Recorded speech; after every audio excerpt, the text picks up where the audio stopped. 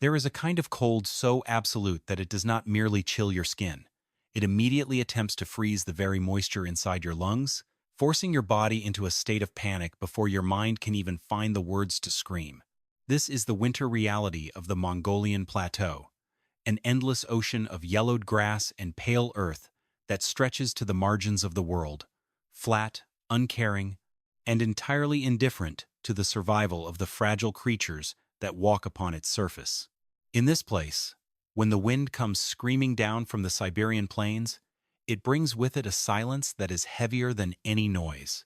The temperature drops beyond the range of ordinary mercury, settling at -50 degrees, where steel axes do not cut but instead shatter like glass upon impact, and boiling water thrown into the sky falls back to the frozen grass as a fine, dry dust of ice.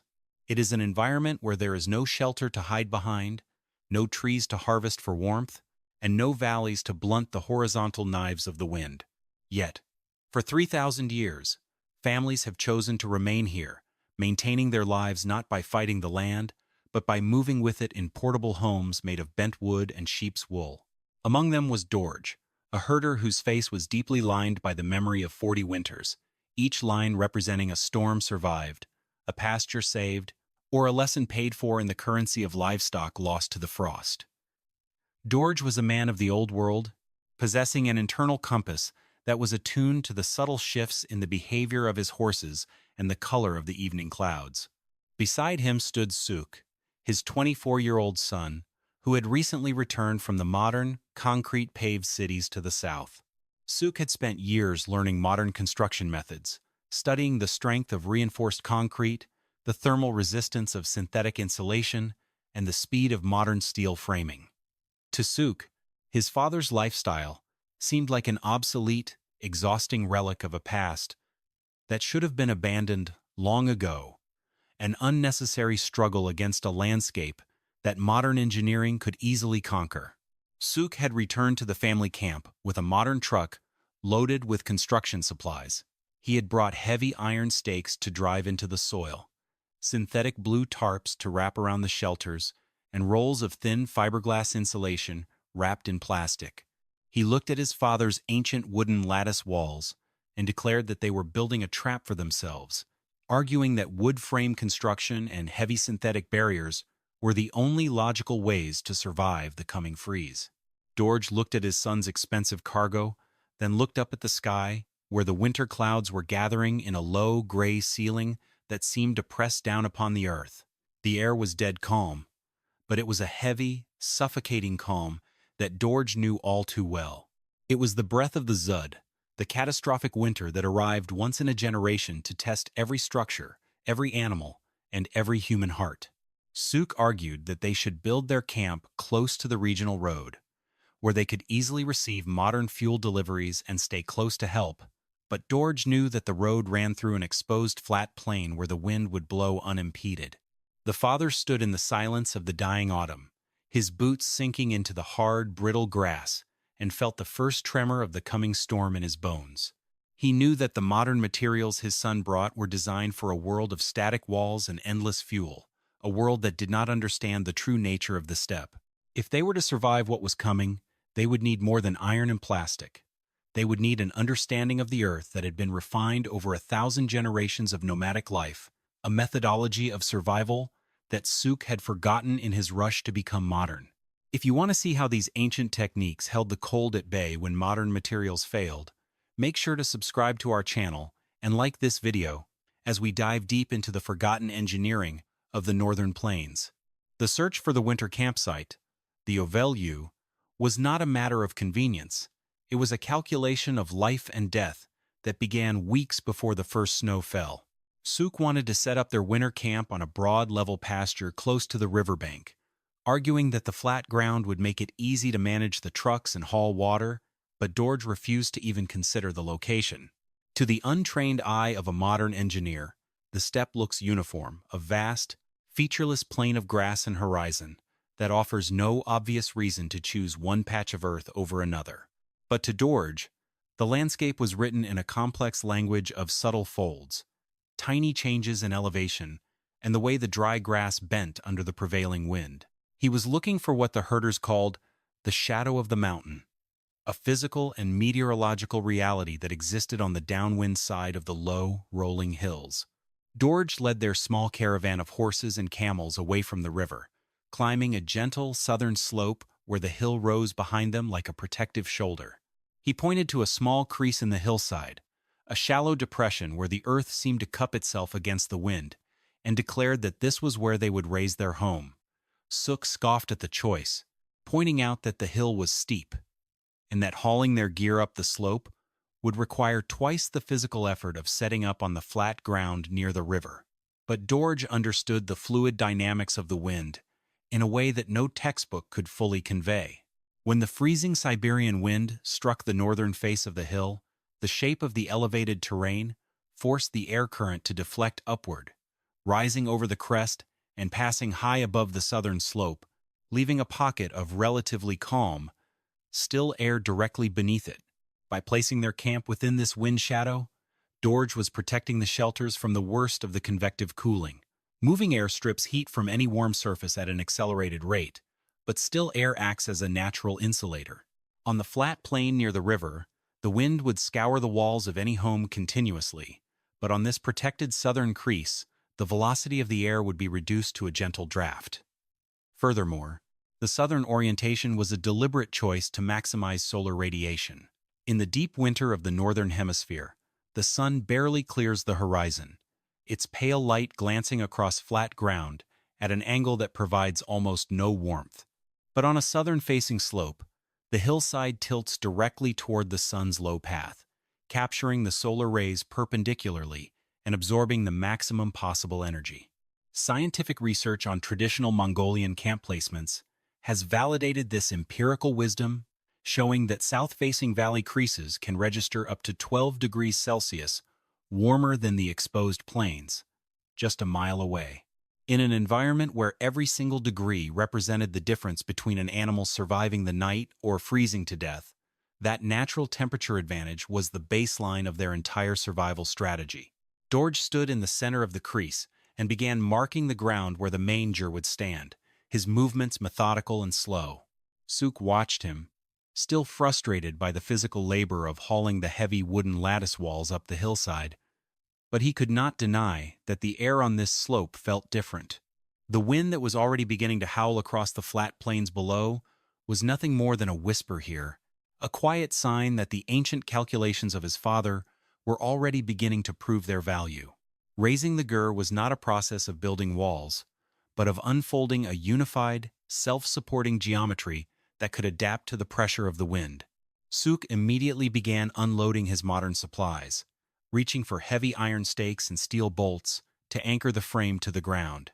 But Dorj stopped him, reaching instead for the traditional wooden lattice wall sections, the khana.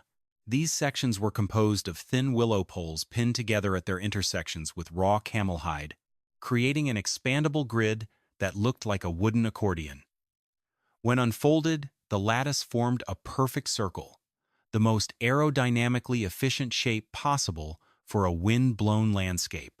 A square building presents flat, rigid surfaces to the wind, creating high-pressure zones on the windward side and low-pressure pockets on the leeward side that can pull a structure apart.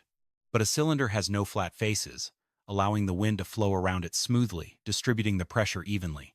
Sukh argued that the wooden lattice was too flexible, pointing out that it swayed and shifted when they tried to anchor it to the ground, and insisted that they should bolt the frame together with his steel hardware to make it rigid.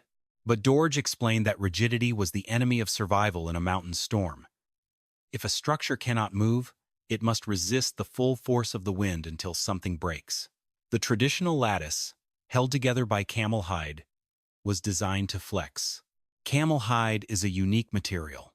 Applied wet, it shrinks as it dries, clamping the wood with incredible force, yet it retains a natural elasticity even at extreme sub-zero temperatures.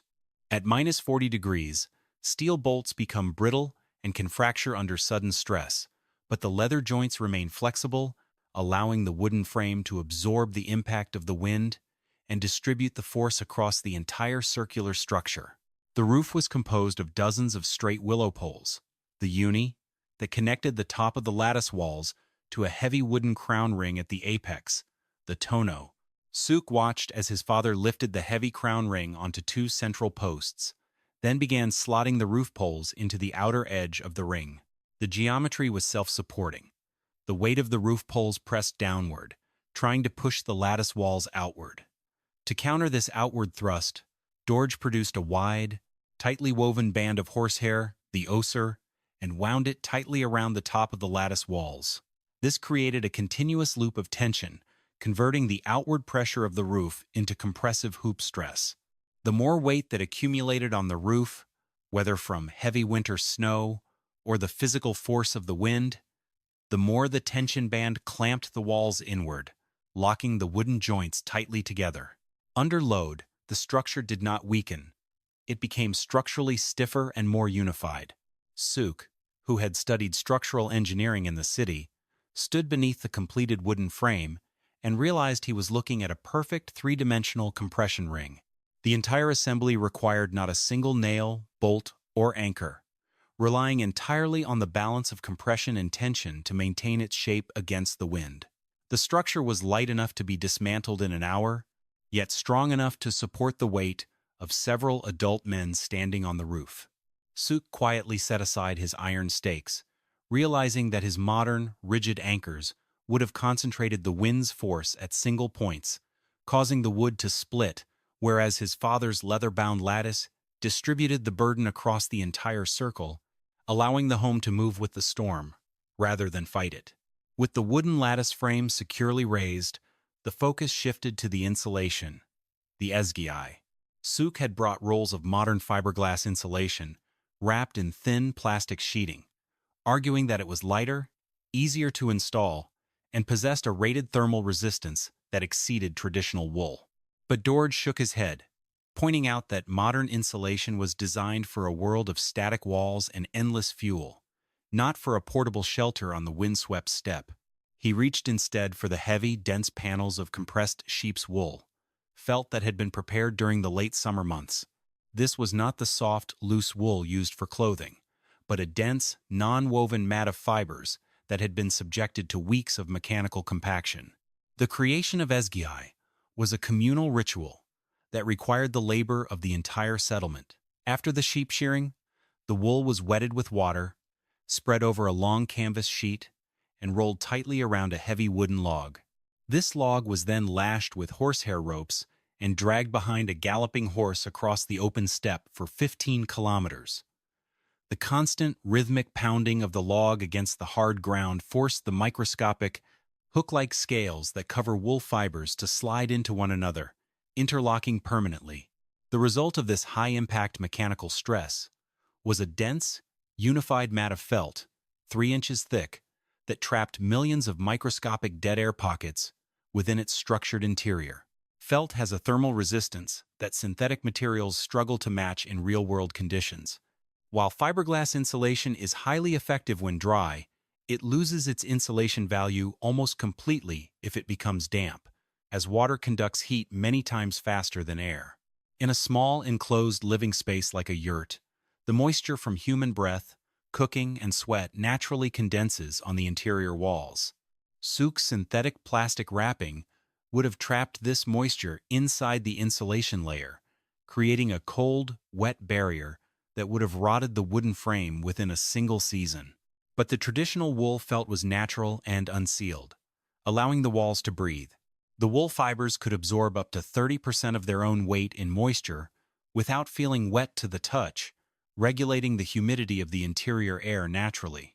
As the damp air from human respiration and cooking rose, the felt walls absorbed the excess water vapor, preventing condensation from forming on the wooden frame or dripping onto the sleeping family.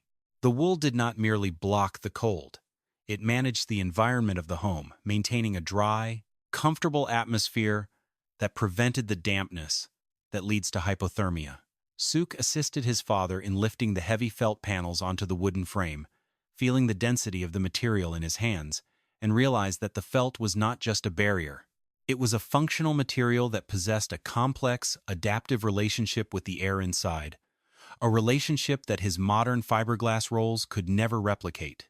But even the most efficient insulation is meaningless without a source of heat, and on the open Mongolian steppe, this presented a fundamental riddle that had stumped builders for millennia. There is no wood. The plateau is a vast ocean of grass, where trees do not grow, and there are no forests to harvest for firewood. Sukh had assumed they would rely on the propane tanks he had hauled in his truck, but Dorj knew that modern gas was a finite, unreliable resource in a Mongolian winter. If the roads drifted shut, the gas would run out, and they would be left with no way to heat their home. He reached instead for the traditional fuel of the steppe argol, the dried, compressed blocks of horse and yak dung. Sukh found the idea of burning animal waste undignified and dirty, but Dorj explained that argol was not a compromise. It was a highly efficient, high-density fuel that was chemically suited to the demands of the winter. During the summer and autumn months, the livestock were kept in corrals overnight, where their waste accumulated on the ground. The constant trampling of hundreds of hooves compressed the dung into dense, flat layers, squeezing out the moisture and air. In the autumn, these layers were cut into neat, square blocks and left to dry in the sun, creating a fuel that was incredibly dense and dry. When burned, argol does not behave like wood. Wood contains volatile resins and moisture that cause it to burn quickly, producing a bright, hot flame that consumes fuel at an unsustainable rate and leaves behind mostly ash. But dried dung, composed of highly compressed, partially digested fibrous grasses, burns with a slow, steady glow, much like lignite coal. A single block of argol can smolder for hours, releasing a steady, consistent heat that does not spike and crash like a wood fire. This slow burn characteristic was essential for surviving the 10-hour overnight freeze, allowing the family to maintain a stable interior temperature without constantly feeding the fire. Furthermore, argol burns with almost no creosote or soot, producing a clean, dry smoke that does not clog the chimney. Wood smoke is rich in tars that condense on cold chimney walls, creating a highly flammable buildup that can lead to catastrophic chimney fires. But the dry, grassy smoke of the dung fuel passed cleanly through the tonneau opening, leaving the chimney clear and the interior air free of acrid soot. Sukh watched as his father loaded the small, central stove with the dark blocks of argol, smelling the dry, herbal scent of the smoke as the fuel caught, and realized that this was not waste. It was a natural coal, harvested from their own animals, requiring no external supply lines, no expense, and no technology beyond a shovel and the sun, a self-sustaining cycle of energy that modern forestry could never replicate. Yet the most shocking secret of the yurt's thermal efficiency was not the slow-burning dung fuel or the density of the felt. It was an invisible, thermodynamic process happening within the wool walls themselves, a process that modern science calls hygroscopic absorption. Wool is a living material, and even after being sheared, washed, and compressed into felt, its fibers maintain an active relationship with water vapor in the air. When the relative humidity of an environment increases, wool fibers naturally absorb water molecules, drawing them into their internal structure. Sukh had always believed that humidity was the enemy of warmth, as damp air conducts heat away from the body faster than dry air. But Dorj understood that in the deep winter, the moisture produced by the family's breath and cooking was actually a source of energy. As the temperature outside dropped to -50 degrees, the air inside the yurt became saturated with moisture from human respiration. As this humid air drifted toward the cold perimeter walls, the wool felt began to absorb the water vapor. This absorption was not a passive, sponge-like soaking. It was a chemical reaction that released latent heat. When water vapor transitions from a gaseous state to a liquid state inside the wool fibers, it releases the energy that was required to evaporate it in the first place, the latent heat of condensation. This exothermic reaction is surprisingly powerful. Scientific measurements have established that 1 kilogram of dry wool felt can produce approximately 100 watts of thermal energy for several hours during active moisture absorption. With over 200 kilograms of felt wrapping the yurt, the walls were functionally operating as a massive, passive heater, generating warmth in direct response to the family's presence. When the family was inside, breathing and cooking, The walls absorbed the moisture and warmed up, resisting the cold pressing from the outside. When the family slept and moisture levels dropped, the wool slowly released the stored water vapor back into the dry winter air, drying itself out for the next cycle. It was a self-regulating passive climate control system that required no power, no moving parts, and no maintenance. Sukh, who had spent years studying mechanical ventilation and active heat exchange systems in the city, stood in the center of the warm yurt and realized that his modern insulation materials were designed to fight moisture, while his father's traditional felt was designed to use it, turning their own breath into an invisible source of life-saving heat. The disaster arrived on the second week of January, not with a sudden crash, but with a slow, creeping freeze that turned the air into ice.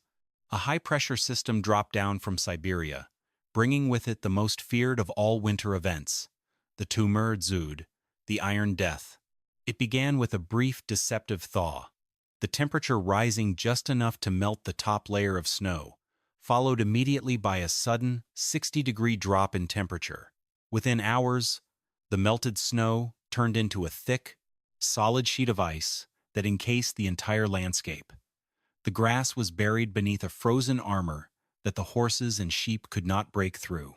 The wind returned, a sustained 50-mile-an-hour gale that drove the temperature down to minus 50 degrees.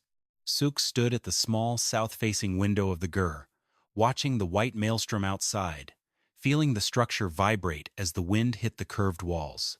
He looked toward the south, where their neighbor, Kadan, had built his modern concrete block home the previous summer. Kadan's house was a statement of progress, a square, double-story structure with a flat steel roof, concrete walls, and large glass windows.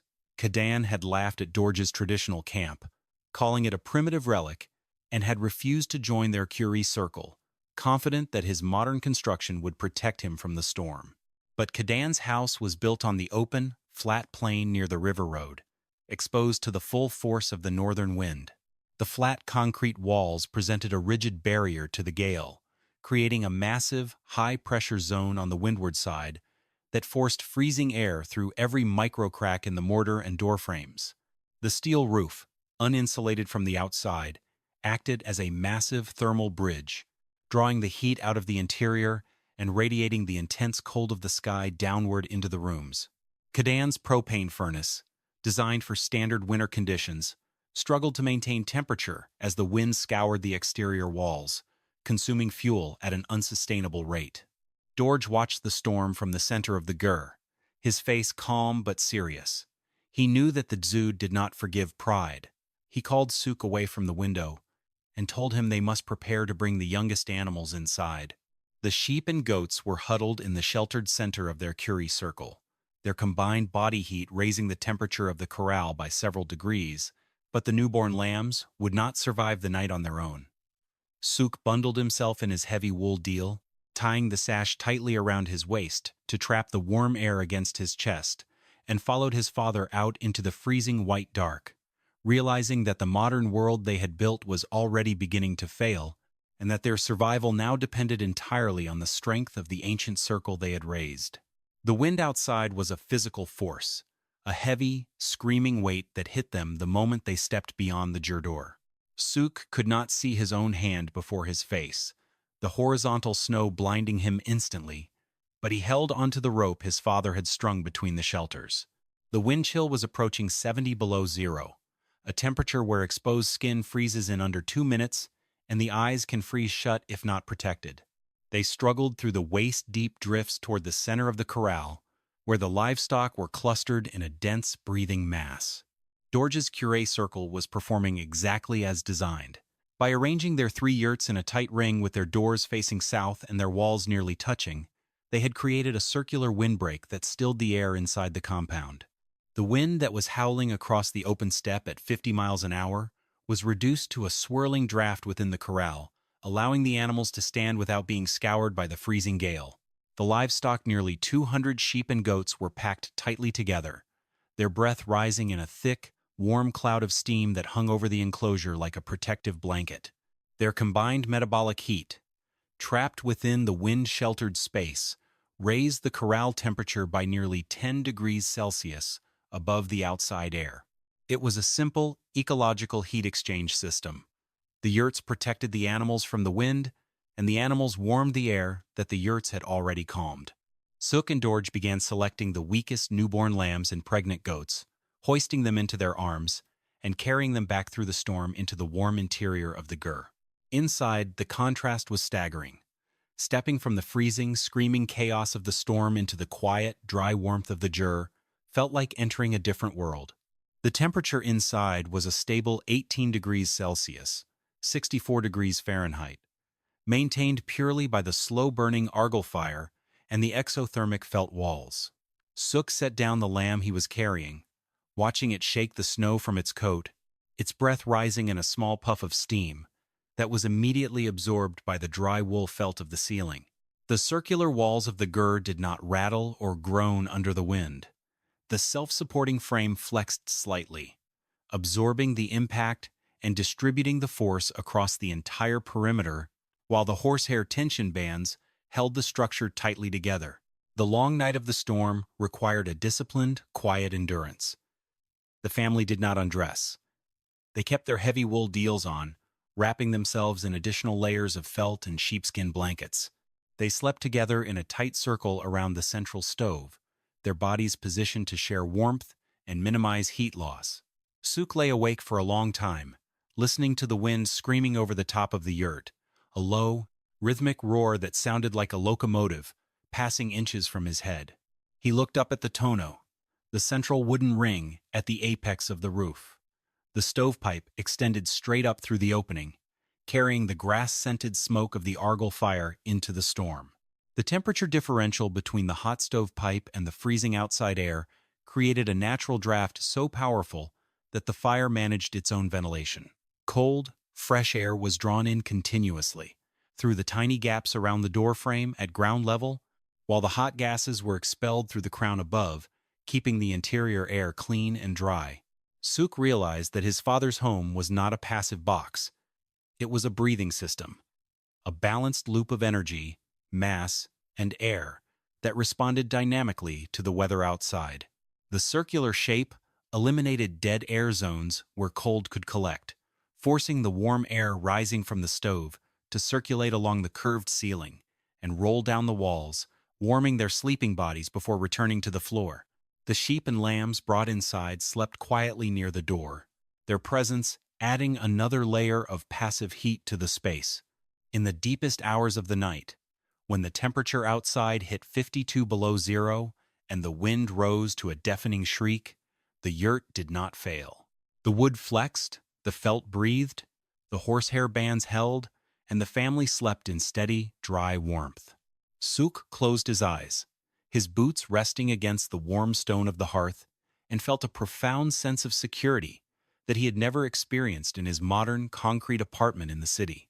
He realized that his modern engineering had taught him how to build walls to keep the environment out, but his father's heritage had taught him how to build a home that lived with it, a lesson in survival that was written not in concrete and steel, but in wood, wool, and the shared warmth of a family circle. When the morning finally came on the 6th day, the wind died down to a whisper, and the sun rose into a sky so clear it looked like blue glass. The steppe was a vast, blinding desert of white and ice, the snow packed so hard by the wind that a horse's hoof left no print. Dorj opened the door of the gur, his breath rising in a thick plume that immediately crystallized and fell to the ground as ice dust. Sukh followed him out, his thermometer reading -49 degrees. He looked toward the south, searching for Kadan's modern house.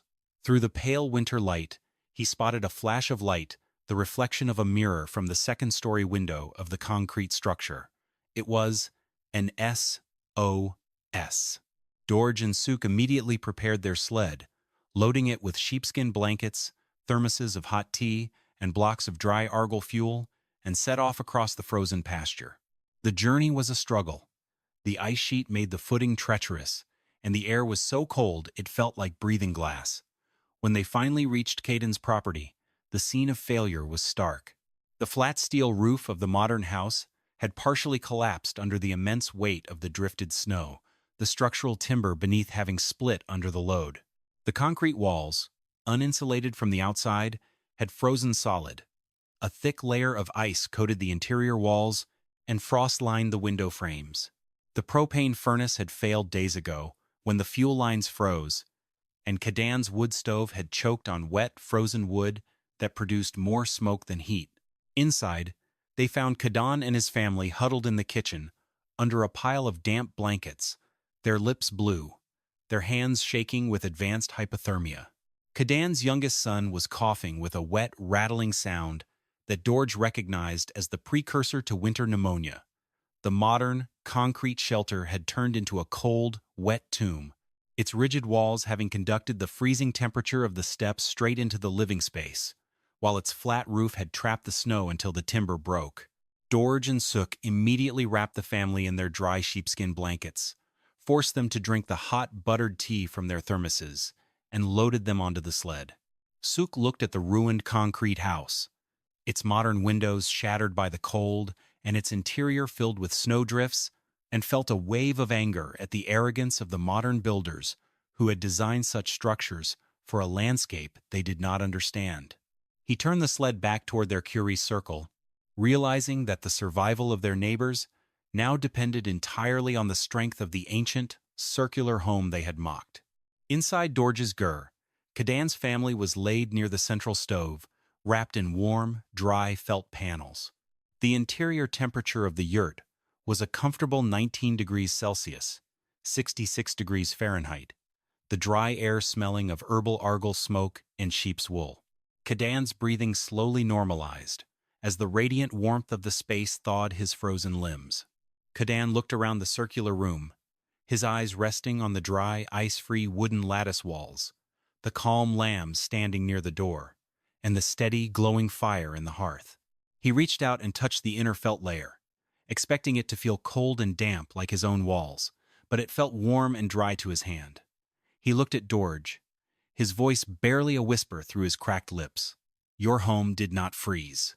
Sukh hung his town-bought thermometer from the tonneau ring at the center of the ceiling. It settled clearly at 19 degrees, while the outside reading remained at minus 45 degrees, a temperature differential of 64 degrees Celsius, 115 degrees Fahrenheit, maintained without a single piece of wood, without propane, and without electricity. Sukh looked at the thermometer, then looked at his father's lined face, and felt a profound sense of humility. He realized that his study of modern engineering had made him blind to the scientific brilliance of his father's heritage. The yurt was not a primitive shelter. It was an advanced, ecologically integrated system that utilized the laws of thermodynamics, material science, and fluid dynamics more effectively than any modern building he had ever seen. The circular geometry, the exothermic wool felt, the self-regulating stove, and the cooperative curie placement were all parts of a unified design that worked with the steppes' physics rather than trying to fight them. Sukh walked to his truck, parked in the shelter of the corral, and began unloading his synthetic tarps, his iron stakes, and his fiberglass rolls, packing them away in the back of the barn. He knew he would never use them again. He returned to the gur, sat beside his father at the hearth, and accepted a bowl of hot broth, realizing that the true progress was not about abandoning the past, but about understanding it, and that the ancient wisdom of his ancestors was the only modern solution that actually worked when life depended on it. In the quiet days that followed the storm, Kadan's family remained with Dorj's camp, recovering their strength in the steady warmth of the gur. Sukh spent his mornings helping his father manage the livestock, his hands learning the familiar rhythms of the nomadic winter. He watched the horsehair ropes holding the lattice walls together, feeling a new respect for the material choice that had survived the storm. The story of Kadan's rescue and the remarkable thermal efficiency of Dorj's camp spread slowly through the region, carried by herders who had survived the dzud with heavy losses. By spring, when the passes finally opened and the valley became accessible once more, 3 other families had approached Dorj, asking for his help in selecting their winter campsites and preparing their felt insulation for the next season. The ancient circle was beginning to expand. The yurt still stands on the Mongolian steppe tonight, its curved steel and wood profile silhouetted against a sky that remains flat, dark, and indifferent to everything that tries to live beneath it.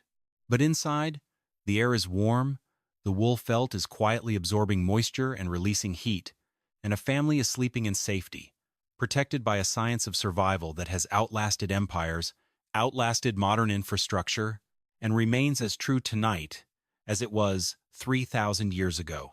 The survival of Dorj's family through the brutal winter of 1973 demonstrated that real progress is not a straight line from old to new, but a continuous cycle of learning from what worked before. By respecting the physics of their environment and utilizing natural materials, they preserved both their lives and their heritage. In the years that followed, Sukh integrated his engineering training with his father's traditional knowledge, designing hybrid shelters that were used by nomadic communities across the northern plains. This practical wisdom saved thousands of livestock during subsequent desert events, proving that traditional design remains a vital asset in the modern world. The warm circle of the Jer remains a testament to the quiet, resilient competence of those who live on the steppe. It stands as a reminder that when the extreme cold comes, the most advanced solution is often the one our ancestors already paid for with their survival.